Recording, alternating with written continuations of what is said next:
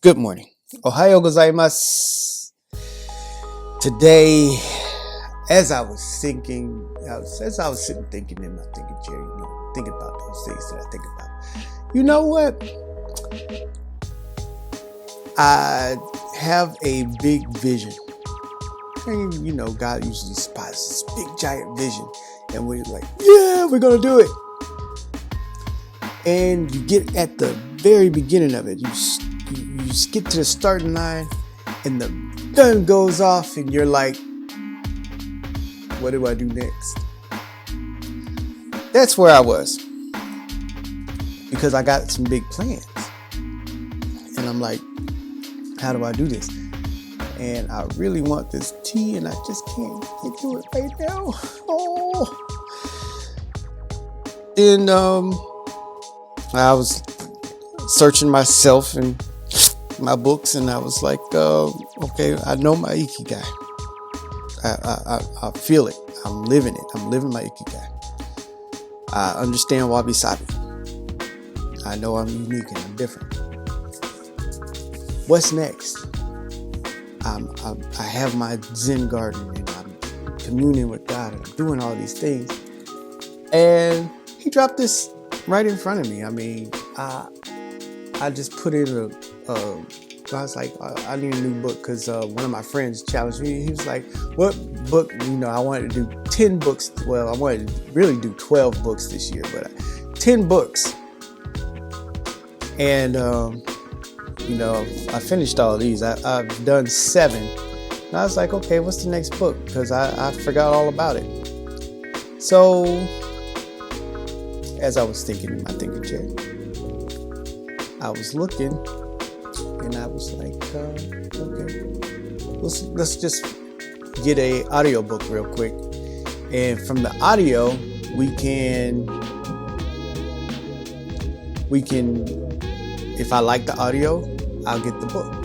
This next one that came up is like, you would probably like this. Some of my suggestions, I was looking through them, and Zaizen was coming up. And I'm like, what is Zaizen? Zaizen is a business approach. It's an approach to continuously improving. That's what the loose translation means.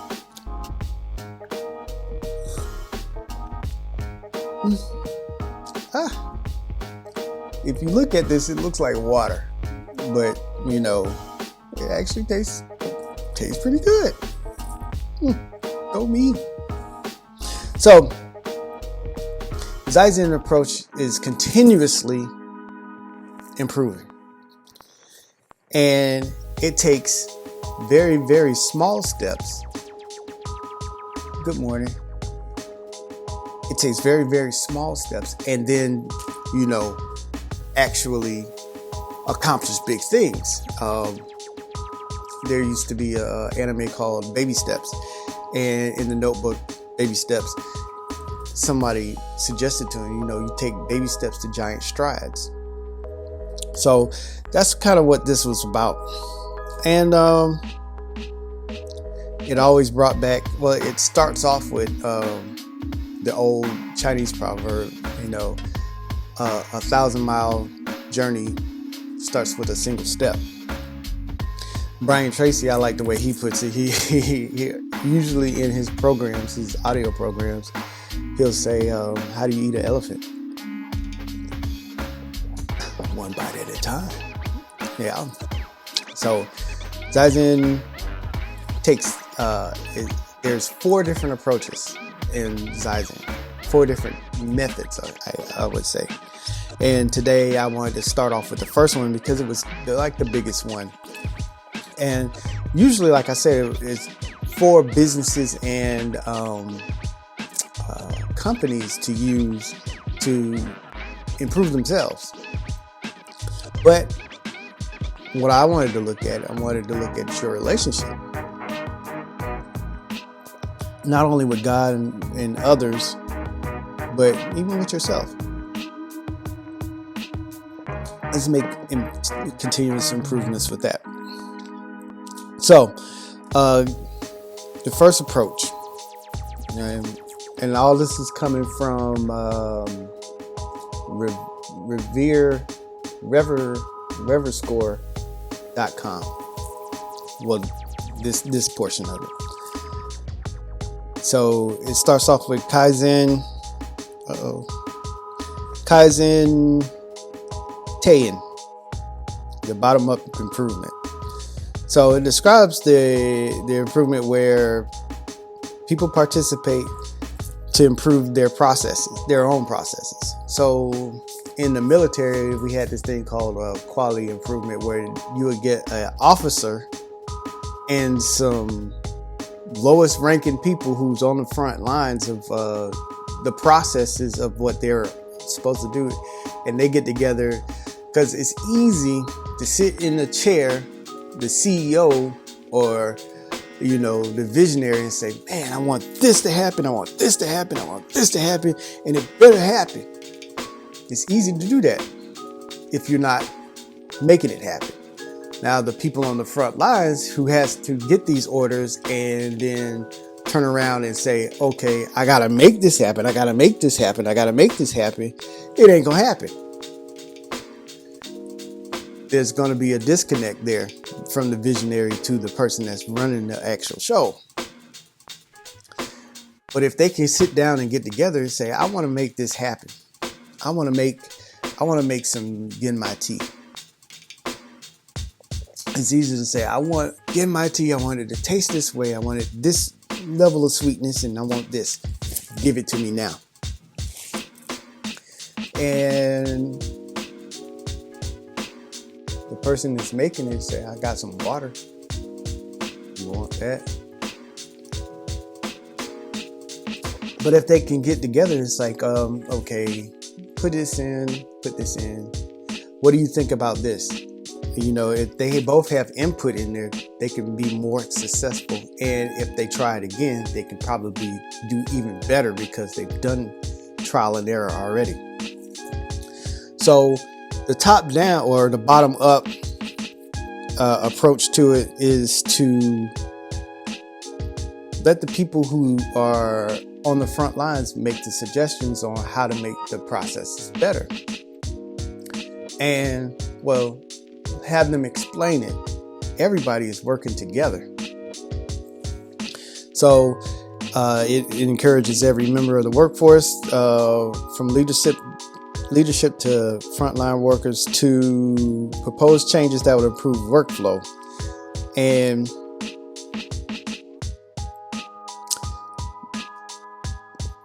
because the frontline people are more likely to identify real opportunities for improving workflow to their processes, other than the people who are just sitting in the background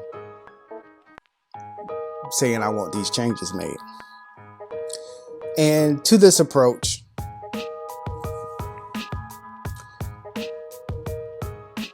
you're looking for ways to eliminate waste. And there's 8 forms of waste. And I really like this. This is what made me get the whole thing. There's 8 ways to eliminate waste. Well, the 8 opportunities that you're looking for. First one is defects. Now, if you are producing a product or you're in a relationship that has a lot of defects, what you want to do is scrap those things that's not working. All right.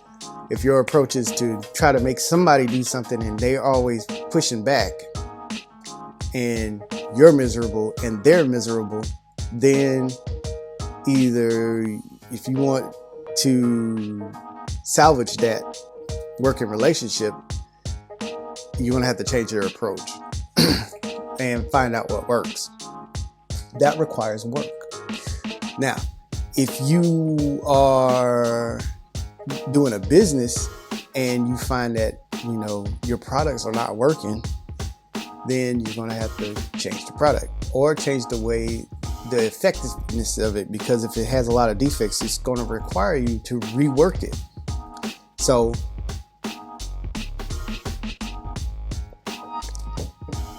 do things that work. Excess processing. This is number 2, excess processing. So excess, you don't want all these extra things, right? Products that must be repaired to satisfy the customer. So in the process, you put out a product, it's defective, you scrap that product or you change it to make it more effective. But also, if it comes out and you know that it's not working, don't hold on to it, change it. Hold on to the principal idea, but change what's coming, what's the results. Change the behavior, change the results. If this tea comes out not perfect, then I need to work on the process to make it perfect. Because if I'm putting out tea that's not perfect, I have to go back and make adjustments every single time I make this tea. Then I need to perfect that thing so I can stop doing these extra things, just wasting time. And time is one of the most precious things that we have. So, overproduction. Number 3, overproduction. When there are more parts in production than customers that purchasing. I know you want to have an inventory of stuff. So if somebody says, hey, you got an Ikigai book? I'm like, yeah, I got 3 of them right here. That's good. But that's also, what if they don't come in? Or I purchase all these books, but they want bonsai trees. So I have 5 people who says, man, I want you to help me with my bonsai tree. I'm like, okay, well, I only have 1. I have plenty of books, but that's not what they want. So that's excess waste. Waiting. A person in the process on the assembly line, this is where this comes from, on the assembly line, waiting for things to happen. So they're just sitting around. I'm just waiting. They could be doing something useful. That's, an area of opportunity for you to eliminate waste. In a relationship, if you want to progress and the person's waiting, sitting idle, what usually happens,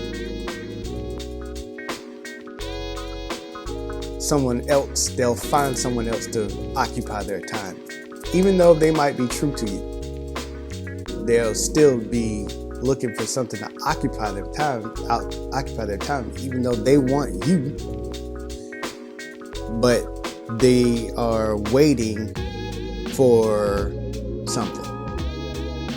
They're waiting for the relationship to progress. They're waiting on you to call them back, things like that. Somebody usually creeps in on the side and says, hey, you're waiting on this, I can supply that need. And then they'll shift. So if you're both in a working relationship that feeds off each other, you don't have time to try to, have your attention taken away. So just keep that in mind. According to this inventory value product, that goes with excessive processing. Transportation area opportunity for moving products and materials, efficient logistics, pretty much. That's same as moving. Number 7 and 8, non-utilized talents. This is probably one of the biggest things that I see in business, even my own business. When we fail, we need this done, but we fail to utilize the talents of person that will send an artist to, cook lunch. Or, you'll have someone who is really, really good at playing games and keeping children involved. But we have them, mopping the floor and changing light bulbs or something like that.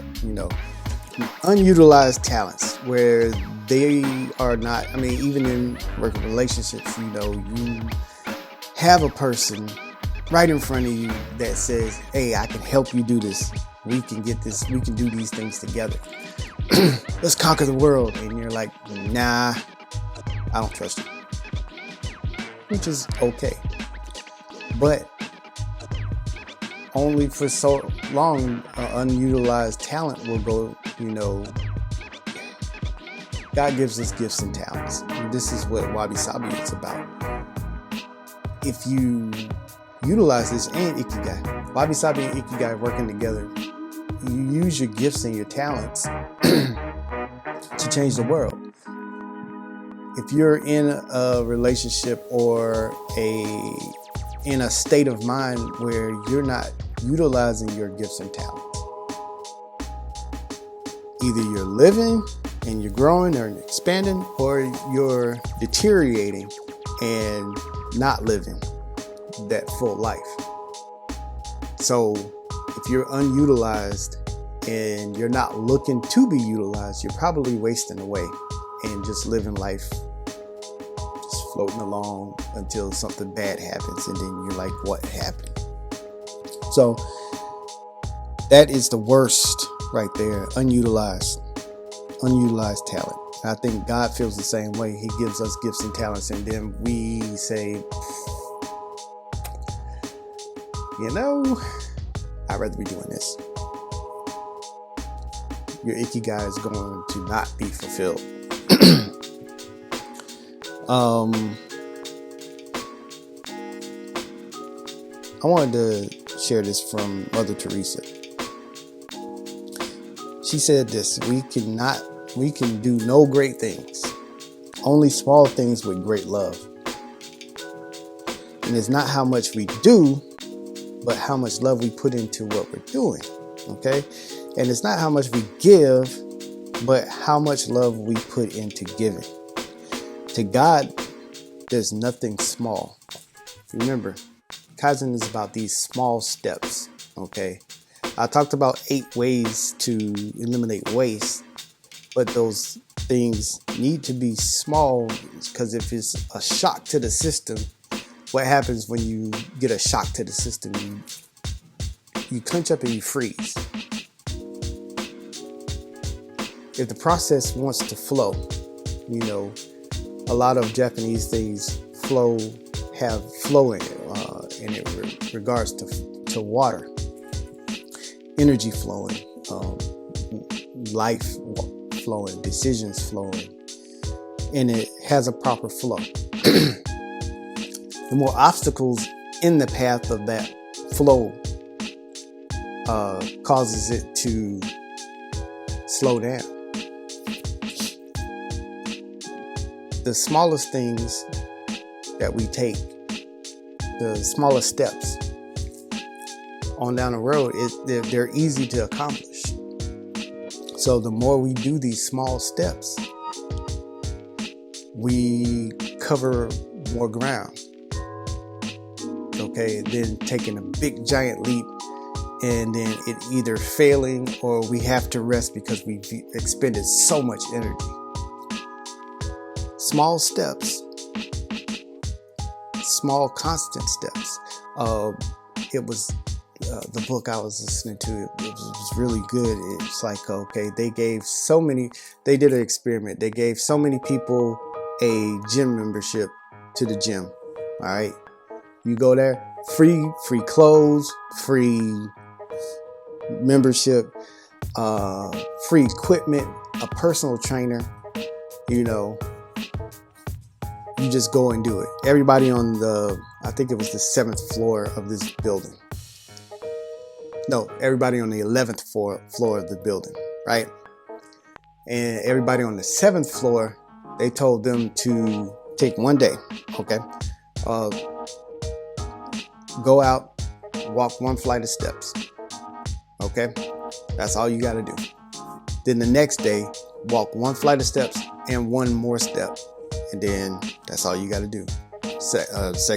Third day, walk a flight of steps, take 2 steps, 2 more steps of the next flight, and then you're done. The person that had the memberships, all of them that had the memberships, you know, some kept with it, some didn't. Some did a lot, some didn't. Some just dropped off. But everybody on the 7th floor who were going up the steps, pretty much every last one of them was in shape, good shape, and it's really strong. And their heart rates and everything was in great shape. When they came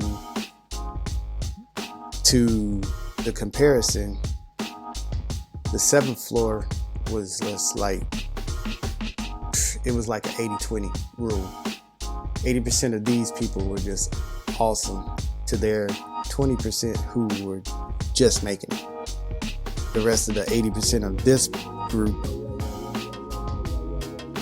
didn't have nothing. 20% of this group were just average.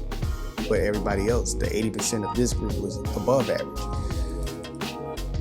So it was just those small steps that they were taking. Steps.